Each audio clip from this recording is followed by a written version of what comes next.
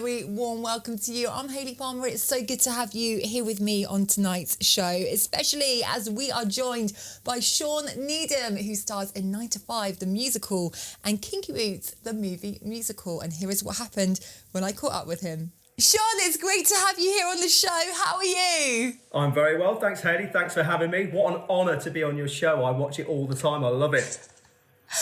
You can stay on the show, and I think it's an honour to have you here because I went to see 9 to 5 at the musical press night, and what can I say? Your role is absolutely brilliant. We're going to talk about that later on in the show. But I know you've had a week off this week, haven't you, Sean? What have you been up to? Well, lots really. It's a rarity for me or any actor, I think, to have a week off that's in the middle of a tour. But I'm daddy daycare, so lots of nappy changes and lots of soft play and lots of sleepless nights. But it's going really well. It's going really well. You know, the usual mundane stuff you do in life normally that I don't normally do because I'm off sort of lording it up on stage. I love that. Multitasking. And can I just say that I'm obsessed with your cat in the background. Is it right that she's called Dolly? She is. Hang on. Dolly, come and say hello. Look. There you go. Oh. There you go. She's camera shy. She's stealing the show Hi, right now. Say hi, Hayley. Big fans of Dolly here on the show. No link to Dolly Parton. We had her way before that. So people go, how stagey are you naming your cat Dolly? Oh, bless her. Well, we're going to go into your first song choice, Sean. I have to say, your song choices were right up my street because they're basically all 80s and 90s. I feel like I'm in a time machine because I'm always listening to that kind of music. So your first song choice, Kiss from a Rose from Seal. Why this one? I remember Kiss from a Rose coming out before the Batman film. I know that people think it's from the Batman film, and it is, and that's sort of what, projected it into the stratosphere. But I remember the Kiss from the Rose coming out in, I think, about 1994, something like that, maybe. And it was, I just think it's one of the most brilliantly written and produced songs. And to have somebody like Seal sing it. I mean, his vocal tone and quality, you can't replicate that. It's a natural talent, and I mean, it's even now. If I'm in the car, I try and get it on in the car. If I have a CD, and not that you have CDs anymore, that shows how old I am. But I have it on my phone, and it's always a favourite. But it's a brilliant song. It really is. I love it. Yeah, we love it here too on the show. Apparently, Seal wrote this song around 1988 when he was living in a squat in Kensal Green. So there you go. He was hungry. Here it is. Kiss from a Rose by Seal. Enjoy this, and I'll be catching up with the brilliant Sean after this. There used to be a grey tower alone. Now, I want to talk about 9 to 5, the musical. Like I said, I came on the press night. Now, your role is absolutely brilliant. We kind of love to hate you. It's kind of quite a girl power show, actually, isn't it? Tell us how you get into character for that role, firstly, and how much do you enjoy it? I can't get too much into character, otherwise, I don't think anyone would approve. Really, I mean, he's an awful character, isn't he? Really, I mean, he's everything people wouldn't want in a human being, let alone a man. But you're right. He is one of these people that you love to hate. Now, the reason I think that is because he is so awful and he's sexist, misogynistic, and all the rest of it. You can't. We're doing a comedy. You can't leave the audience with a bad taste in their mouth. So I've always thought, and what I do, a couple of people have played it, have done, is comedy is a very useful tool, I think, with which to access certain difficult messages. And if you can diffuse a lot of the nastiness with comedy, then the audience don't feel uncomfortable, but they still walk away with the message that we're trying to say. And also as well, I mean, if you watch the show, he gets his comeuppance in the end. So all's well that ends well. Absolutely. Without giving too much away. And you took over the role from Brian Connolly and the Hoff, two absolute icons. Brian Connolly came on the show. He is just so funny, isn't he? And what was that like to take over from them? Yeah, Brian's great. Yeah. I mean, the thing is, Brian will tell you himself how funny he is. He's like, all right, mate, yeah, great. I've known Brian for 20 years, and I've worked with him numerous times, I think, I mean, without blowing smoke up his backside, I think it's safe to say, you learn a lot, and you learn a lot from people you work with anyway, whether you want to or not. But he's great to work with, and he's certainly set, I think, the right tone for the character. I mean, I do it my way, but certainly there's elements of the what's needed for that, like I said, comedy offsetting, and he's the buffoonery I think that's required for this role. So I took over from him the first time, and then went out on tour with it a couple of years ago, and then then they brought David Hasselhoff in,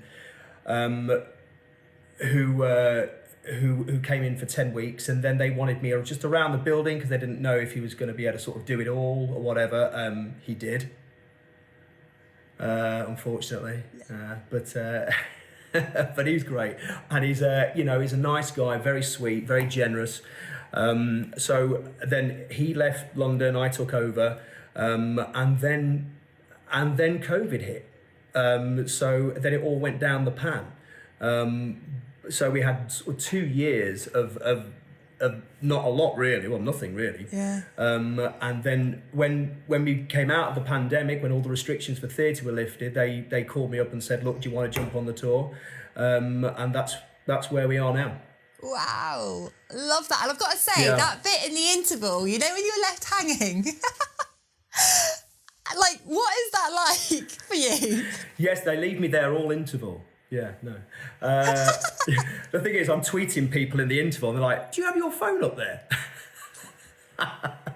I'm like, yeah, I've got it strapped to myself, But you get used to it. And it's the question everybody asks. They say, what's it Just like? A casual night. Swinging, and does it hurt? And it does for the first sort of, couple of weeks. But then, like anything, you get used to it, and you find where it sits a bit better, and yeah, but it is a good bit, isn't it?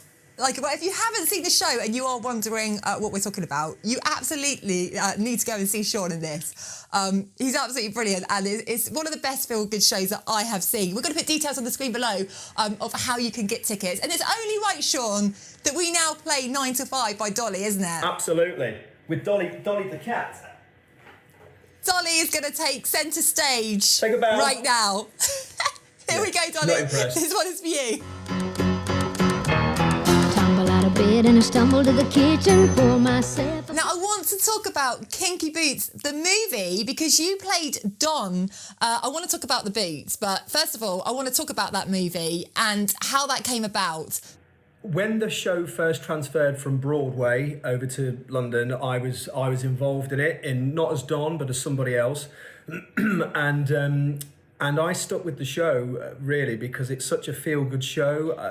They looked after us very well. The audiences absolutely loved it, and it was addictive to be in. I mean, to walk out on stage every night, no matter what you were doing in it. To 2,000 people just screaming at you. It was wonderful. Again, one of those shows with a wonderful message. It left everybody on a high. And then they just, I think they said to me, would you bulk up? Would you get down the gym and sort of bulk up and sort of put on a bit of weight and all that? So I did. And they gave me the role, and then the movie came along because it was just one of those things where I just happened to be playing the role when whoever produced the movie came in and said, "Look, we want you to do it." So I just happened to be playing the role. So I was very, very, very fortunate, very, very fortunate for me to be in that position at that time. And we shot it over 5 or 6 shows, and we sort of during the day as well with sort of different camera angles, and then with an audience at night. So, and then they just cut it all together, and we got what we got, and which was, I think you have to be careful when you film things on stage because a lot of the time it doesn't transfer very well, or it doesn't jump off the screen as it would live. But I think this is one of those that really does. And when we had the premiere in the cinema, in Leicester Square, we went along and we were all a little bit nervous, thinking, "Oh, how's this going to go?" You know, and we were all so blown away by it that it was we thought, well, clearly worth doing, and it's been released all around the world, and they've seen it in Australia, America, you know, Far East. It's big in the Far East, and it's still being shown now. The only thing, it's a shame that it's not in the West End. I mean, it should at least have a life in Right, the. I used to love it. I've seen it a couple of times, Sean, and I think I know the whole finale dance routine. In fact, when I've had a few drinks, I actually like to do the whole finale and show everyone. It's just like one of those dance routines that you want to join in with. I think your viewers want to see you do that right now. It goes something like this, and then like this, like that. That's it. That's it. Something like that, isn't it? Yeah. It's something like that. Yeah, that might be thriller. But also, why are you stitching me up here? I want to talk about the boots, because I struggle wearing high heels and I have to take a pair of flats out in my bag at my old age. How did you master walking and dancing in them? Very easily. Oh. Very easily. And it's funny because we all said it. It's funny when all the boys put the boots on, they were like, "Yeah, this is great. Yeah, look at me," and like, you know, hips swinging and like, it was like we Dr. Water, you know, absolutely. I mean, no I'm problems jealous. whatsoever. I mean, you know, I've now got back problems, but apart from that, I mean, you know, and there was not many calamities really. Amazing. Well, if you haven't seen and bunions. If you haven't seen Kinky Boots, the movie, again, we're going to put details on the screen below because you need to see it in your life, and we also need to hear your next song choice. I can't cope, Sean. They're all coming out, the classics. What is it? I Just Died in Your Arms. Why this song? Again, one of these songs that's been with me for years, since it was released in, I think, like mid-80s, something like that. And it's always on in my... When the minute you hear those first chords, you know exactly what it's going to be. And everyone... I remember in the clubs, everyone used to go, "Yeah!" You know, it was instantly recognisable. Also, when I did Mamma Mia 1,000 years ago, our drummer... We had our pit band in Mamma Mia was made up of old rock stars. You know, we had the drummer from the Cutting Crew, and we had the bass player from Go West, and we had and all the rest of it. And there were just all these old 80s. Yeah. So Martin Beadle, or Frosty as we call him, he was the drummer on it, and he was our drummer in Mamma Mia, and we used to do these band nights where we used to kind of go, I think the pub across the road from where the Mamma Mia used to be. And I think I remember trying to sing it with him in the back, you know, drumming away, and I was thinking, my God, this is incredible. It's Frosty Beadle playing behind. Oh, it's brilliant. So again, just a fantastic song. It really is. We want everyone turning this up loud at home. Here it is. Cutting Crew, I Just Died in Your Arms. Number 4, should have been number 1, in 1986.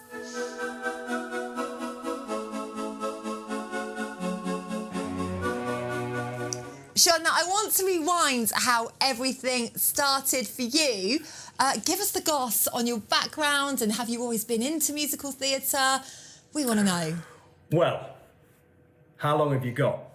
Basically, I went to a little drama school in Leicester. This is the short version. A little drama school in Leicester when I was 12, because my mum wanted me to kind of do something in the arts, and I showed an interest in it. I went there. From there, I did poetry, the classics, and sort of improvisations and little shows and all the rest of it, like a lot of kids do. With me, it struck a chord, though, and I got the bug, and then I got a little band together. None of us played anything particularly well, but we got a band together, started doing a few gigs, and we did it for so long that we ended up doing some pretty good stuff, you know, big university balls, 5,000 people. And we did everything from universities to, working men's clubs, you know. And they were challenging. I think if anyone can survive a working men's club on a Saturday night, then you can survive anything. It really toughens the shell, you know. And then and then I think I was one of the ones out of my group of friends that just stuck with it. And I got myself an agent in Sheffield purely by writing to her, and she had links with a lot of the TV companies up north, like Mersey TV, Carlton, which is in the Midlands, and I can't remember, Yorkshire TV, I think. And I happened to just fall into, I got an audition for Emmerdale, I think, just over 20 years ago, and I got a little part in that, which was great. And then I sort of did the rounds, when people know your face a little bit, and I did them all. I did Emmerdale, Hollyoaks, Corrie, when Crossroads. I'm a big soap fan. And do you remember when, Crossroads, now you're talking. Well, not the original one, I'm not that old, steady.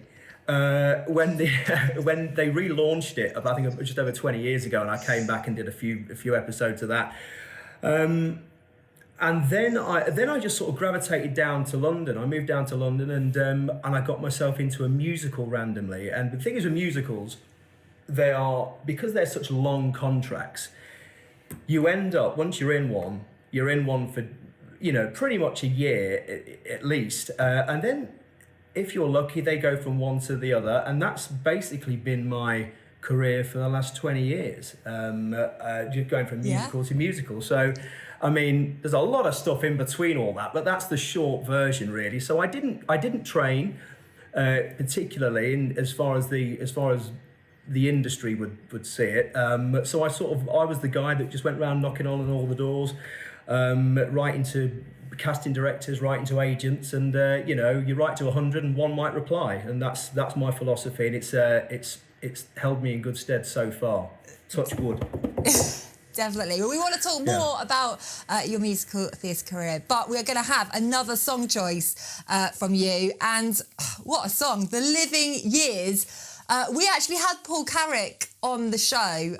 He has the most beautiful voice, doesn't he? Well, I think the BBC, I think, called him the man with the golden voice or something. I think that's absolutely right. I mean, he's got, again, like Seal, he's just got that quality and that tone, and that particularly for The Living Years, that emotion behind the song, and that song in particular, actually, I mean, I still have trouble listening to it because there's a line in it. I lost my dad, I think, about 18 years ago, and there's a line in it that he sings that says, "I wasn't there that morning when my father passed away."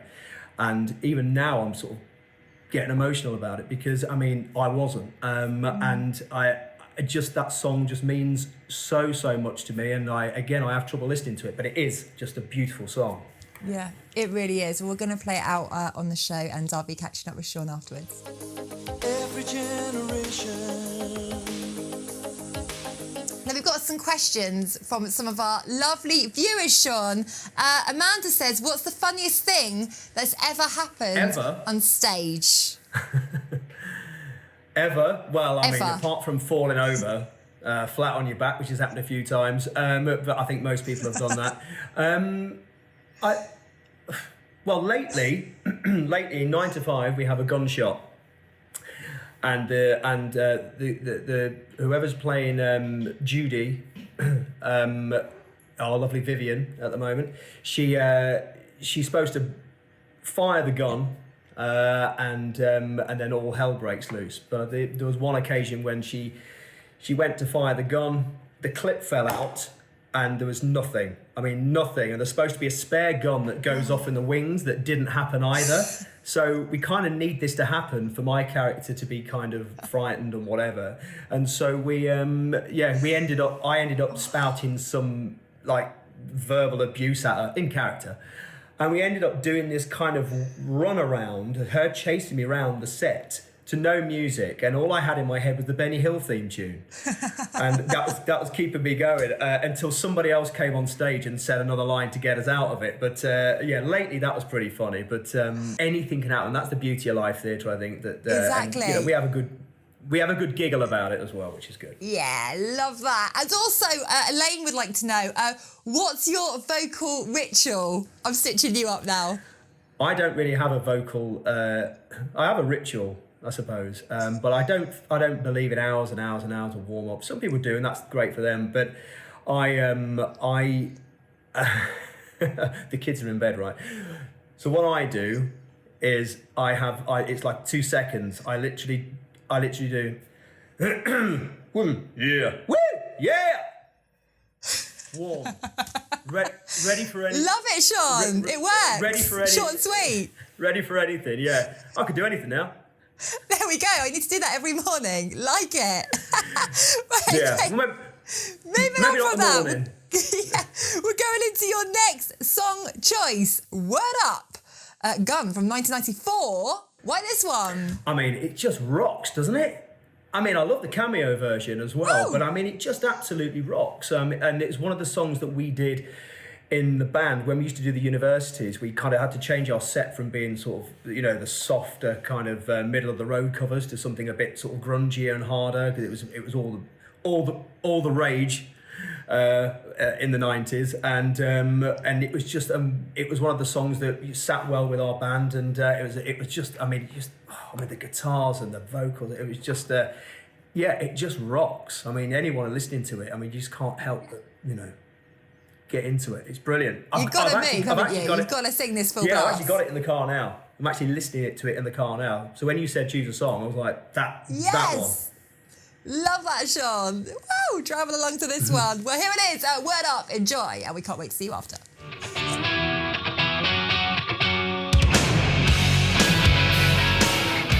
Sean, we've come to the last bit on the show. Your last song choice, Purple Rain, Prince. I mean, we've got to end on this one, haven't we? Why have you chosen this song for us? Again, it was something we ended up doing in our band that used to bring the house down, because it's such it's an anthem, isn't it, really? It's such an epic song, and Prince is such an incredible artist, and I mean, again, you can't replicate anything he does, whether it be the vocals or the guitar or the song itself, but we used to try and do it our way, and because the song is so well written and it just gets the crowd absolutely G'd up, we kept it in our set, and it's just a fantastic song, and I think there was a performance that Prince did, because I think originally, I don't think he ever recorded it in a studio, interestingly. I think he recorded it live, and that became the sort of the version, the 45, that became the single. But he did a version I think it was at the end of the Super Bowl or the Hollywood Bowl or something like that. Have I got that right? I don't know. But it was, and as he was playing the guitar solo in the middle of this round stage, I mean, there's probably 100,000 fans there. It started to rain, and the video is out there. It's on YouTube, and he's playing this guitar solo, and he's absolutely slinging it down, and his fingers are just incredible visual. And Prince, being the absolute pro he was, just cracked on and made the best of it. And of course, I mean, that was just divine, wasn't it? Purple Rain, and it's raining. Hey! What a song. We're going to play that out on the show right now. But we want to remind everyone to check out 9 till 5, the musical. I know that you are in Manchester, aren't you, next week? Stoke next week. Manchester next week. Sorry, yes, you're absolutely right. Stoke next week. Manchester next week. I don't know what day it is. I have no idea. This is what lockdown does to you. Yes, you're right. Manchester next week. And we finish there on the Saturday, and that's the end of the tour, sadly. After being with the show since 2018. It's that's the end of it. A big West End run, 2 big #1 tours, and that's it. Come to an end. I mean, not forever. I mean, it'll have another life, but I think it needs resting for a bit anyway, just to give people a little bit of a break. But it will come back bigger and stronger. But if anybody wants to see it, you've got till the end of Manchester on the Saturday next week. So don't miss it. Yes, absolutely. Well, Sean, this has been amazing for a number of reasons. Number one, your cat, Dolly, has totally stolen the show. She... Look at She's her. like, not again, put me down. She's so brilliant. We love Dolly. And also love to your mum, because I know that she tunes in to the show and the channel, doesn't she? So your mum's welcome on the show anytime. Hi, Mum. Love you. I've never said that. Hi, Mum. I've said love you before. I've never said hi, Mum on TV. So hope you enjoy the show. We hope she's watching. And also the fact that you can just walk in high heels in no problem, I'm very jealous of in my life. So that's what we've learned about you on tonight's show. And also your song choices, the 80s and 90s have gone down a storm. Thank you. Well, thank you so much for joining us. It is Sean Needham, everyone. Huge thank you, Sean Needham, for being such a great guest on tonight's show. And thank you to you at home for tuning in and supporting the show. It really is so appreciated. Thank you. Now, I will see you same time, same place next week. We're going to leave you with Purple Rain by Prince, and I will see you then.